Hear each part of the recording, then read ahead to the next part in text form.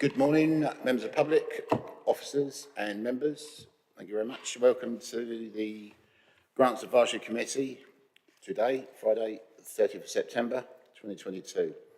Just going to run through the agenda. Kira, do we have any apologies for absence?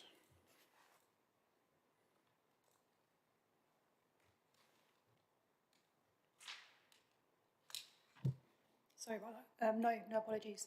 Thank you. And any declarations from members, declaration of interest from members? Councillor Ernton. Just that the application from the Swayze club that I can't think of, the squash club, I have encouraged them to make an application but not been involved in their process. That's a marvellous place to do then, encouraging people to do it. It's a great idea. Right, I too have a declaration, Kira. It's to do with the application by the Community Interest Company, Meldriff, Shepherd, Fox and Rail Community Partnership. I'm on the Task and Finish group, which is working on this application for the underpass. So what I was going to suggest that if I'm allowed, I will speak to it, but then won't vote, if that's okay. Yeah, thank you. Okay, moving on then, members, as usual, minutes of the previous meeting. I'm just going to sing out the page numbers, and if you have any issues, can you just call it out? Thank you. So that's page 1, page 2, and page 3. And so if there's no one's got any comments, then I'll take that as signing those off as correct. Thank you. And moving on to the community chest funding applications. This is page 5 of your agenda. I'm going to hand over to Emma Dyer, who's our officer who's been dealing with all this, and she will go through each one at a time. We'll come to a decision at the end of that description and then move to the next. Over to you, Emma. Thank you. Thank you, Chair. Before I start, can I just introduce Jane from the team? This is Jane Mountain, who's joined us today, just to say hello and introduce herself. She's helping me compile the community chest reports. Hi, Jane. I don't know if you can share your... Let me see you. Yeah, morning everybody. Nice to meet you all. Okay. Welcome, Jane. Thank you very much. Thank you. One day we'll get to see what you look like. Today's not a good day. No, it's not a good day. No, I have a bad hair day myself today. Pyjamas, they don't. All right, so, yeah, well, welcome anyway, and thanks for what you're doing with the team. Thanks. Carry on, Emma. Thank you. Okay, so this month we have 7 applications, like you said, 1 biodiversity and 2 deferrals. If all are funded today, that would be £12,298.60. So the first application is the Meldriff, Shepherd and Foxton Community Rail Partnership on page 9. So this was formed in 2013 and aims to develop links with schools and local businesses associated with our local rail services and to enhance sustainable transport links in the wider area. So I will briefly just go through it. Basically, there is a Meldriff to Melbourne A10 underpass improvement project, which started, well, in December 2020, there was a sexual assault at the underpass, and a survey has gone out to local residents, commuters and local school children, and basically it's identified that the underpass is considered intimidating. This is mainly due to lack of lighting, overgrowth of vegetation and out-of-date and graffitied artwork, and you can see the pictures there to demonstrate this. So again, so lighting, obviously a main thing, vegetation, I've talked about that there, artwork. So basically what they would like to do is with the lighting, they would like to make it, I mean, obviously you know about this, Chair, but make it less, make it a bit brighter by using a certain type of paint, so that it reflects it in a different way. Cut back some of the vegetation, and install a camera as well, so that, you know, and also, I'm sorry, lighting, I think, is lighting at different times, which is different to the main lighting, so it's controlled separately to give it more light. So this would again tackle antisocial behaviour, enhance the environment, and also provide a creative opportunities for young people to develop the artwork that would go inside, and this would be sprayed with anti-graffiti paint afterwards, and they would work with the school and a local artist on this. So total project costs are £7,075. And as you can see, that would be to install a solar dial time clock controller, the art workshops, materials, art installation. They've applied for £2,000 from us. They've also made some applications to other organisations, including the Community Rail Development Fund of £2,500. The contractors to the Science Park and Bruntwood SciTech, that's to be announced, and also the parish councils of Melbourne and Meldreth. Like you said, Councillor Jose, you are on the task and finish group along with Sally Ann Hart, so you're very much in support. So that's my fairly brief, for me, description of it. Thanks, Emma. Right, colleagues, what I'm going to do is I'm going to hand over to Sue. So I'm relieved of the thing. If I may speak to it just quickly, if that's okay. Yes, do. Thanks. So, as Emma said, this is a really needed project. There are literally nearly a dozen various organisations along the way that have been approached for help, whether it be advice, money, service, work and what have you. So it's actually a very rounded project, and it actually sits in every box that we have, every box we tick. So as you can obviously hear from Emma, what she said, I'm extremely supportive of this. And this was, as was said, was triggered by an assault on a person in December 20, which was it came very close to not being. So that was, it's quite disturbing. So that was the reason for all of this, and as was said, the surveys and what have you have come back with a vast wealth of information. So that's good. So I'll hand over to Sue for this one. For anything else from you guys, thanks. Any questions, Judith? And just to say, I'm fully supportive of this application. I support it. I just wondered whether you could, I don't think I've found it, let me know how well used this underpass is going to be. It's actually pretty well used now. There's a lot of school children use it because there was an arrangement made with Thames and Govia for a cheaper fare. So there was lots of children going from the college backwards and forwards, at either end of the day. Obviously, a lot of people going to the train for work. Following the assault, there is another route, and that was overgrown. So we were seeing people divert off and walking down the side of the road and disappear to get around to the station that way. And ironically, we were just standing there, some officers from district and county, and myself, Susan van der Ven and Sally Ann. We were standing there talking and discussing the thing, and we saw people coming along, children, like teenagers, who would stop and go back. They would not come towards us. So it kind of brought it home a little bit. So it's actually very well used. Thanks.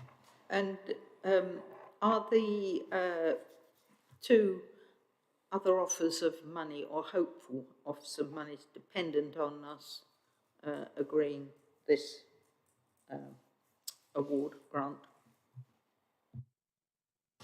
I'm not sure. You might be able to help Chair on this one.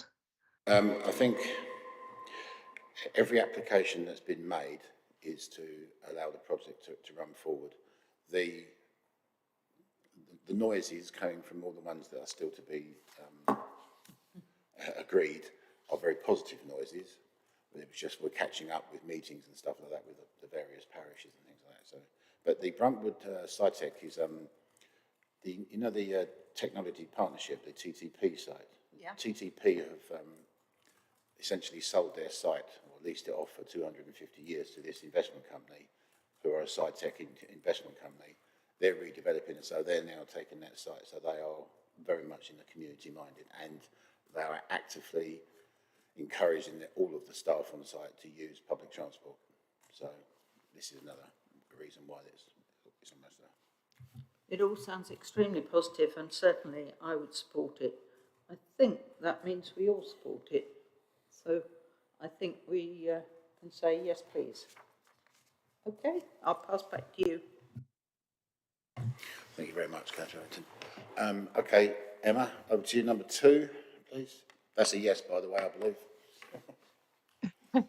So page 11, we have the Swayze Squash Club. This is a not-for-profit community sports facility formed in 1975. It currently has 220 members who pay £17 a month for membership. The committee is run by volunteers. It's got a number of aims, which you can see there. It welcomes players of all ages and every socio-demographic group. Because of the excellent road conditions, parking and access via the guided bus, the cycle all makes the club basically a convenient location. And there are not many squash courts in South Cambridgeshire, so a lot of people come from far and wide. And the club has got 3 squash courts, changing facilities and a viewing and lounge area. But what's happened is over the years, due to wear and tear, the squash courts are now in a state of disrepair. Normally they last about 30 years before replacement, and these are 47 years old. And some of the sort of parts that are needed are quite urgently needed. Mainly you would need to sort of replaster the walls and also put some more flooring in, some wooden flooring. Total project costs are around £19,100, £19,100, sorry. And that's to replaster court 1, do the floor in court 1, and then court 2 floor and court 3 floor. They've got reserves to cover most of the outlay, but need help with the final £4,500, and they've applied for £2,000. Further applications have been made to the Mick George Fund. They're waiting the outcome of that one, and also the Swayze Parish Council. That's for £1,000, and they're also awaiting an outcome. Green options have been considered, and they use marble in the plaster, which is ground up reused marble. And the wood that is used for the floor is from a sustainable source. Councillor Sue Ellington, we have your approval as well. So over to you. Thanks, Emma. I was going to say to Sue that when it's done, that we should go and have a game of squash. Do you reckon? I've never played squash in my life. Okay. Thank you, Emma, for that. Colleagues, any comments? No, other than this seems like a totally valid project and one we should be supporting.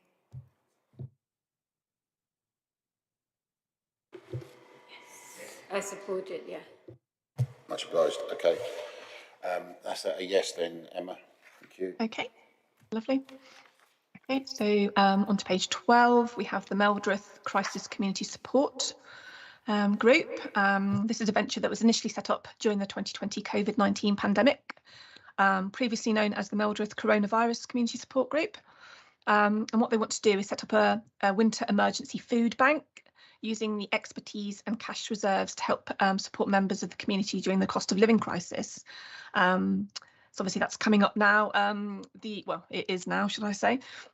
The food bank will be housed in the storage cupboards at Elin Way, I don't know how to pronounce that one, Elin Way, the community centre, and opened once a week and accessible by direct mobile to food bank. Accessible by the direct mobile to the food bank coordinator. Drop-off boxes for contributions will be located in the village. Communication will go out to every household, so it'll be widely publicised. And they would like £1,145 from the community chest for some lockable steel storage cupboards with 3 shelves. And also the rates, which it is charged at £5 an hour, I found out. And they've since said, since this report was published, that the initial plan is to run for 4 hours a week, which equates to £520 in obviously the room hire. The cupboards are made of recyclable material, no plastic, and yeah, so so it's obviously a positive thing, and also they will be available to others to use in the event of the food bank discontinuing after the planned term that they have got in place. So hopefully will be a sort of long-term thing. Chair, you are in support. Any questions on this one? Sunita? I'm just wondering, are we what exactly food-wise are we storing in these cupboards? Will it be the proper temperature, etc.? I don't know what sort of food stuff will go in here. It's going to be non-perishable stuff, so your sort of bog standard sort of tins and things that have got a long expiry date on them. So it wouldn't be anything that would be perishable.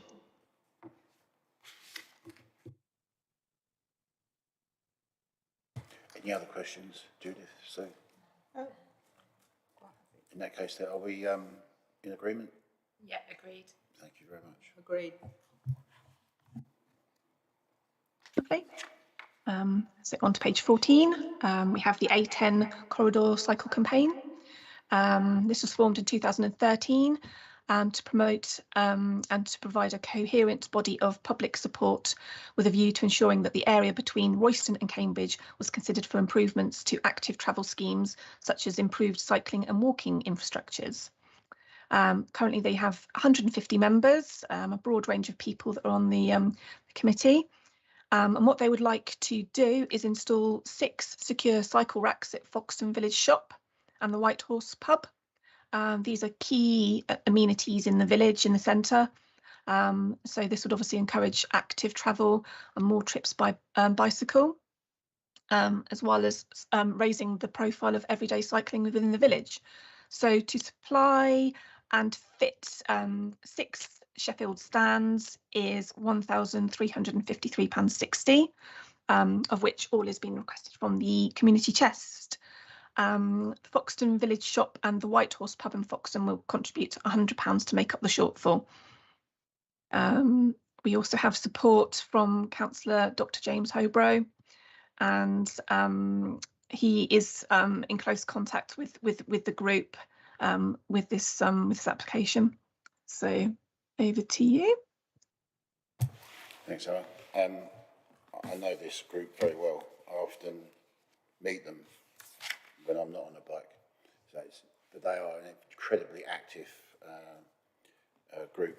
Just to let members know that the White Horse Pub and the village shop are almost opposite each other and within literally spitting distance of each other. So these stands, I understand from Councillor Hobro, are going to be multi-use for anybody, basically. You know, if you go into a shop and they're full, you can use the others and vice versa. So it kind of makes sense. Okay, Sue first, then Judith, please. I'm concerned about the security of the cycle racks. Yes, they're in public view, but in Swayze we are having extreme problems with bikes being left in the rack on the guided bus. One goes missing at least once a week and usually more than that, however many locks they have on them. And it really does seem to me that there is the opportunity for the bikes to go missing and not be returned.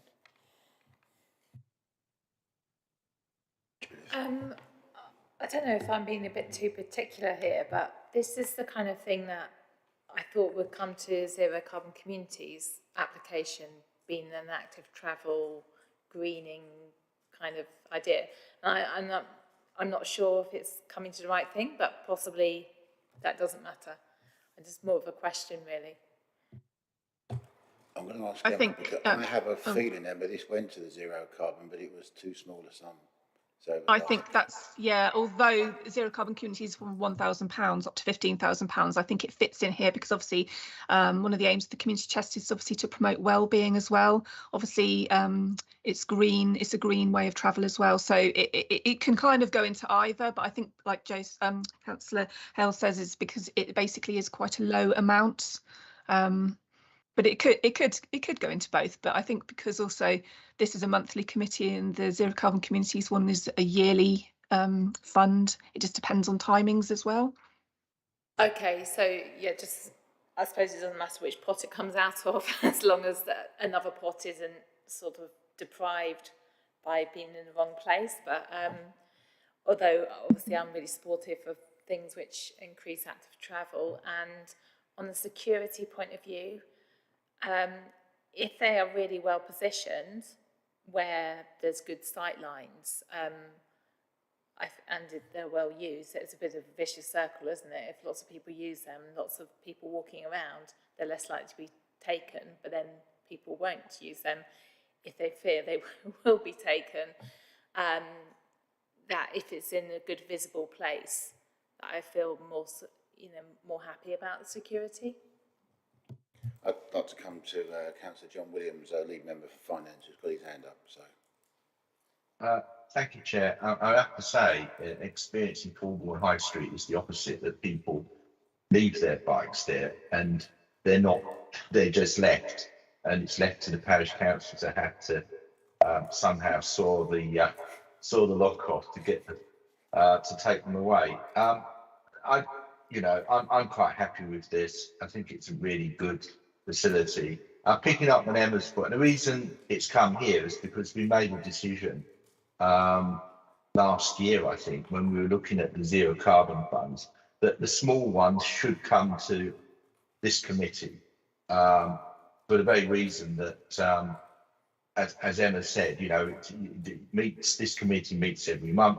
They don't have to wait a whole year, and it also meant that they might actually miss out because of a bigger scheme taking precedent over them. So we actually made a decision, I think it was last year or the year before even, that such small schemes should come to community chest. So it is the right place for this. As to security, I mean, cars get stolen doesn't mean we shouldn't have parking spaces. So I'm very happy to support this. Thank you, John. Thank you for that explanation. Any more comments from colleagues? So are we in agreement or otherwise? Yeah. Agreed. Yes. Thank you, Emma. On to you for the next one. Lovely. This is our first, our only biodiversity project on page 15 from Cambridge Past, Present and Future. So they've been operating for more than 95 years, and they own, care for and open to the public the following sites: Wandlebury Country Park, Coton Countryside Reserve, Cambridge Leper Chapel, Bourne Windmill and Hinkston Watermill. And their aim is to protect the amenities, green spaces, historic buildings, character and setting of Cambridge and its neighbourhood for the benefit of the public. And they also run a programme of over 100 educational, cultural and recreational events. Currently there are 2,000 members, each paying £27 or £37 a year. And this project is at Wandlebury Country Park, which is well used. They would like to enhance biodiversity with a small-scale nature project, and they will do this by creating a pollinator garden to provide a food source and habitat for invertebrates. It will also help with the pollination of a nearby orchard, whose fruit goes to food banks, and also a beehive that is used for school visits. The area is within the former walled garden of the Wandlebury estate and has been chosen because it's warm and sheltered, so it's better for planting. The planting plan has been designed by a volunteer who's a retired horticulturist, and the planting scheme will be a mulched dry garden, so it requires less water. So that basically they would also engage with visitors and volunteers with the initial planting, watering and weeding of the garden. And obviously it has links to plants and pollinators and encourages people to take action on climate change. And you can see a little picture of the plan there. Total project costs are £3,720 and £2,000 has been requested from the community chest. And you can see that's broken down into staff costs, the plants themselves and soil, weed mats, mulch, seating area as well. That's part of the project, and equipment such as your rotavators and things like that. They've made some applications to the Cambridge Community Foundation, the Pebble Fund, and the Great Big Green Week, although the last two were unsuccessful, but they're still waiting the outcome of the Cambridge Community Foundation application. Any shortfalls will be met through fundraising, and if they have any excess funds, they have confirmed that they would have some sort of discussions on basically how things would be run, how money would be allocated, returned and accepted. So it's well thought out. Both Siobhan Mellon, our Climate Environment Development Officer, and John Cornell, our Natural Environment Team Leader, are both in support. They haven't got any issues with it. And as has Councillor Peter Fain, he's very much in support as well. Thank you, Emma. Colleagues, any questions? Judith? It looks like a really good application. Sunita? I think it's very good to have anything to do with nature for people's mental health as well. Lovely. So, Yeah, I'm happy. cut myself off then, sorry. In that case, I think we have a unanimous approval. Thank you. Lovely. Okay, so on to page 17. This is the first of our deferred applications. This is Camborne Church. This was deferred from July's Grants Advisory Committee meeting. Basically, if you remember, this was the oven at the church, and we were deliberating. Well, the questions that were raised were, would they consider an electric oven as opposed to the gas oven on the original application? They've provided some further information. They have stated that their preferred option was the electric oven, which is a little bit more expensive at £5,034. And they did say, they have said in this email that if they were awarded £2,000 from the community chest, the church will contribute the remaining £4,000 or so needed for the oven and its installation. So I hope that further information will be sufficient. Yeah, thank you, because that was the sticking point, I think, wasn't it? So Yeah.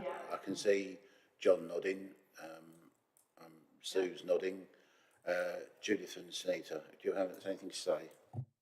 Just that, yeah, we should be helping to provide something which is more sustainable, and yeah, especially with current prices of gas, this might also be in the long term a better option anyway, even if the outlay is higher at the moment. Sunita? Yes. You're okay, yeah? Yes. Lovely, thank you very much. That's a yes from us then, Emma, thank you. And could you pass on our thanks to the applicants for this particular one for taking the trouble to come back and reassess and what have you. Of course. We're grateful they've done that, and we're obviously grateful that we can help them. Thanks. Absolutely. Okay, so on to page 19. This is the other deferral from Hope Against Poverty Community Interest Company. This was deferred from August's Grants Advisory Committee meeting. And if you remember, this was to do with they would like to provide some Christmas hampers to those that are in need within the whole of the district. The application was deferred pending details of the following details. The first was information about the measures in place to assess eligibility for the hampers. They have said that referrals come from various organisations such as Cambridge County Council, ourselves, the Town Council, Cambridge Sustainable Food and the Papworth Trust. They target groups that they don't have access to benefits, so perhaps people that maybe work at full time on minimum wages or 0-hour contracts, that might have a few children as well, so they might be struggling to, obviously with the cost of living crisis as well, it might be quite difficult for them to afford nice food. The food project has been running for the last 11 months and there are 178 registered members who are eligible for a free food parcel once a week. And when they receive new nominations, the beneficiary is invited to the food project where data is collected and eligibility assessed. So did you want to discuss that point first before I move on to the next, or do you want me to talk about the other ones as well? I can just go through all the bits if you wouldn't mind. Thanks, Emma. Of course. So the second point was where toys are provided. Do they comply with fire and health and safety standards. They said that toys aren't normally included unless there's a special request, and in these cases they are carefully selected to ensure that they do comply with these standards. Third point, further information on about how the £250 delivery cost was calculated. Now they've broken it down into cost per kilometre, which works out at £35, packaging cost £25, delivery driver cost of £150, and he would do roughly about 16 hours.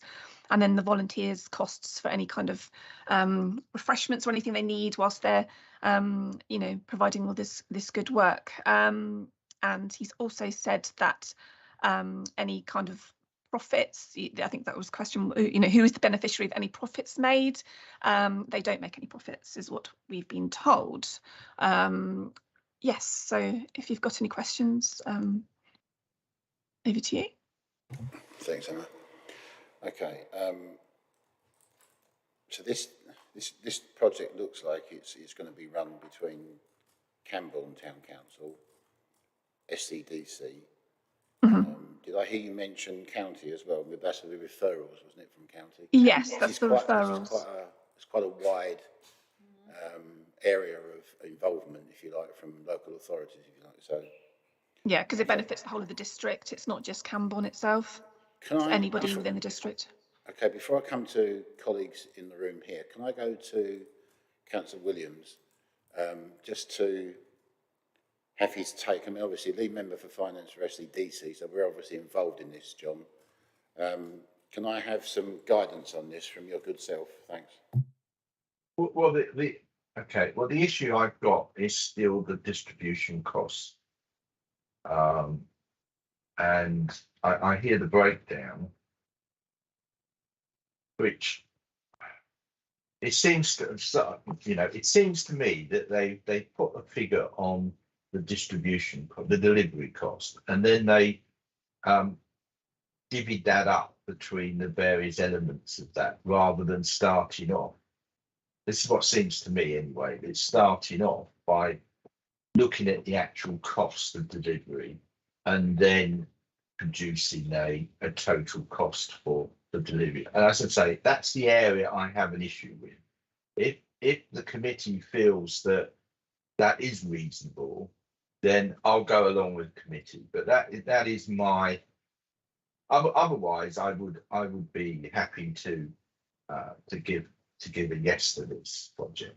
But I still have this issue about their costs of delivering the food parcels, which seems to be excessive. So anyway, but I'm happy to hear what you've got to say, and to go with what you decide. Thanks, John. Okay, I'm going to have Sue after myself. You go first, Sue. I go with you, John, in that they are delivering food to these people, or these people are coming and collecting food from the hub. So why are we now paying a delivery driver £150 to deliver them? If you understand me, am I being picky, or have I missed something? It's your job to be picky. Any other colleagues? Anybody else got anything? I agree with Councillor Ellington. I think that if people can pick things up, then that's good, or pick it up for themselves and other people. It seems like they're doing some of this anyway with the food parcels, so I agree with the driver and the costs of it. Judith? Yeah, it does seem a bit excessive. I mean, on the other hand, they're not going to know who's going to. It's quite hard to judge, isn't it? Who is going to want these parcels from where ahead of time.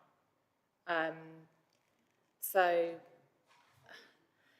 it's kind of, I find it quite difficult to work out how they've come to that figure in a way, because are they assuming that everyone who wants one of these parcels is going to live miles away and will need somebody to drop it off?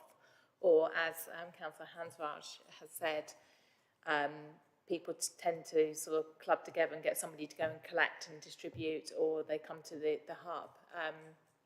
It just seemed like quite a lot, and I'm not quite sure how they have got to that figure. Okay, I'm not sure if I'm the only person in the room who's been a multi-drop delivery driver in his past, but I've done this. It's a horrible job. Right, so let's assuming they're looking at the 60 to 80, that's a fair old day's work if you're going to be doing that anyway. But I take everyone's point with regards to people will turn up and take their own home, so to speak. John, if you were minded to support this, perhaps there's a halfway house that when we go back, if there is an approval from colleagues, that there's the caveat that it will be a requirement for this money to keep a record of those parcels and what have you that were actually delivered, and using a delivery system rather than a walk-in or volunteers. So if they've still got the cost of wrapping and all the rest of it, I appreciate that if they're making it look nice and what have you. But the actual cost of a delivery driver, they're looking at, was it 35 quid? I think you said, Emma, for whatever it was. If we keep a record and then we can perhaps discuss any leftover of that delivery quantity of 250 quid as to what will be done with it, and they come back and, because there's going to be a report, isn't there, coming back to us, so we'd expect that to be in the report, the data to be in the report. How does that sit with you, John? Yeah, I mean, that would obviously, hopefully, mean that they would accept that that they also need to keep a close eye on the cost of distribution. The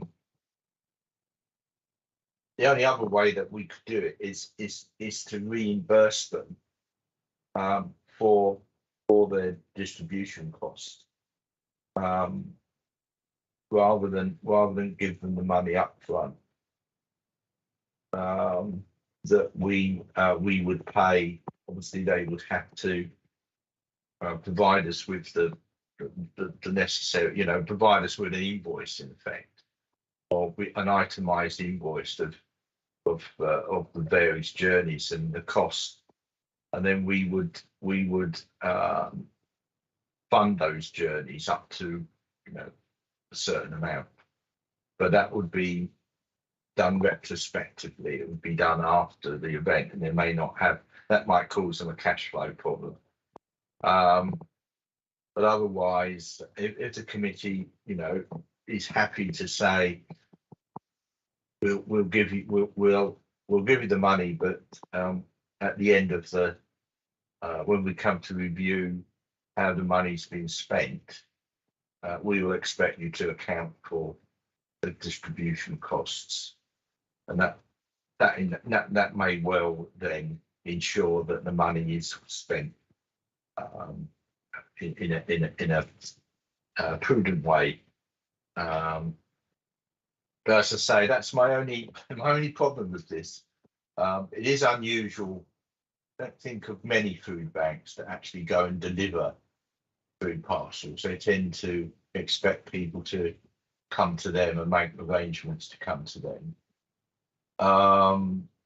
But perhaps we could use this as a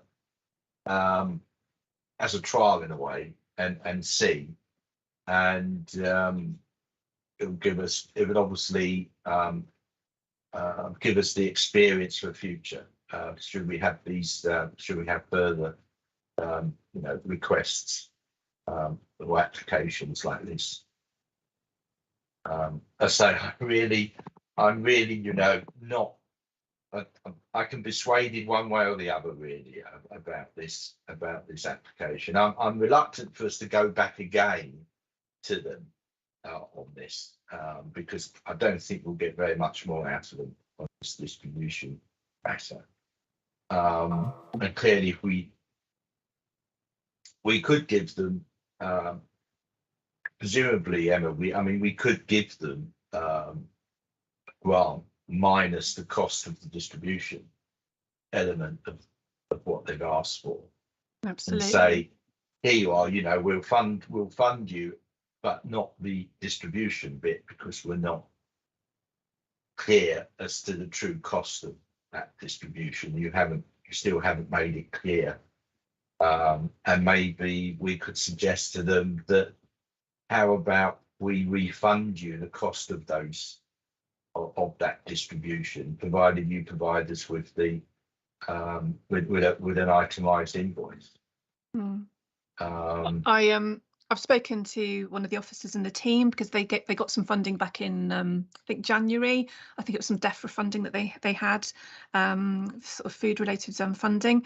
And speaking to the officer, he said that the person that set up the company, he's invested a lot of his own funds, and he's really passionate about this, and he just wants to give back to the community. So I think, and he's very responsible in his emails. When I email him, he comes back, within a day. He's really good. So I have confidence in them. I really do. Okay. Just from my point of view. Well, let's say then we'll do it this time, but we expect them to provide us with the evidence for the cost of distribution at the end of the year. When we come to do the review, 6 months, is it 6 months? When do we? It's when 1 year. It's a 1 year. 1 year. Yeah. Okay. So when we come to review them in 12 months' time, we'd expect them to justify the cost of the distribution. Yeah. Absolutely. Thanks, John. So I think where we were going, so I'm going to come to Sue and then Judith in a second, but where we were going with this is, Emma, that we'd like a document one way or the other, can be whatever they like. Yeah. We'd like to know how many were delivered by the driver, how many were picked up in person, how many were picked up and delivered by volunteers doing it for somebody else, how many took multiples for friends and relatives or whatever. And I suppose it could be really pedantic and ask for the fuel cost and the driver and the van cost, if you like. And I think that way then we can, as John said, we can then get some data out of this as to any other applications that might come to us in the future. Absolutely. That's fine. I can put that in the email. I can put that in the email that goes out to them, with the caveats about the report. I could mention all those points. I would say that's a prerequisite. It wasn't a request. It was a demand. I think it's no choice. You will be providing information. And I'm wondering whether or not, because this is unusual and we are going slightly off-piste, if you like, to a degree, is if we say they're going to have a lot of this data within 6 months because it's coming over the Christmas period. So I would say that I'd like to hear this for our January or February committee meeting, whichever it is, Kira. That way we can hopefully allay the lead member for finances, fears and what have you, and put it that way. So if colleagues in the room are happy with that suggestion, that will be a firm request that they will comply with. Yeah? Because we're going off-piste with this. We wouldn't normally give money for delivery. Great.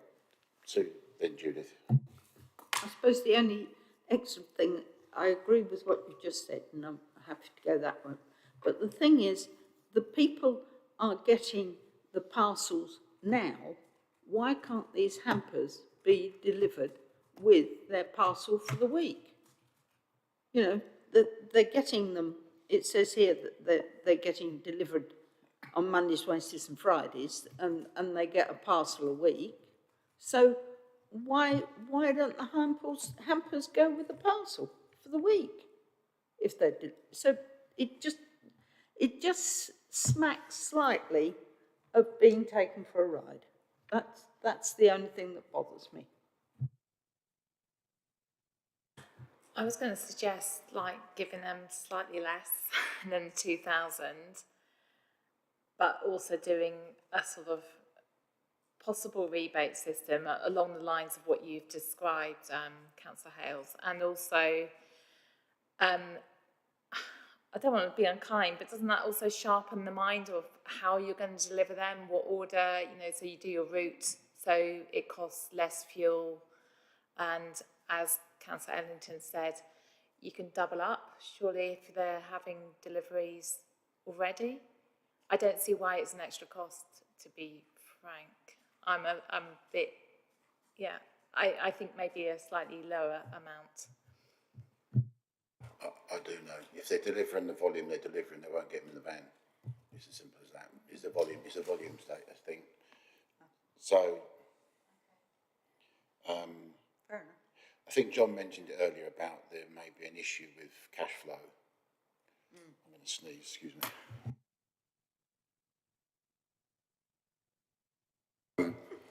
Sorry, I was going to go. I think, look, let's go with John's comfortable with the pay, but I think if we go down the route, if we need the data, which will be applied 6 months rather than 12 months, and then they'll have their report at the 12 months anyway. That will be a prerequisite for this, and then we can see what's what. I mean, yeah, I think if John's happy with that, and he seemed to be, I would like to go with that if that's okay with you guys. Yeah. Yeah. Okay. That's a yes then on those caveats, Emma. Thank you, and thank you, John, Lovely. for your advice. Thank you. That's the last one, Emma, isn't it? It is, yes. Thank you very much. That's absolutely brilliant. I'm glad everybody got what they wanted today. Thank you very much, John, for.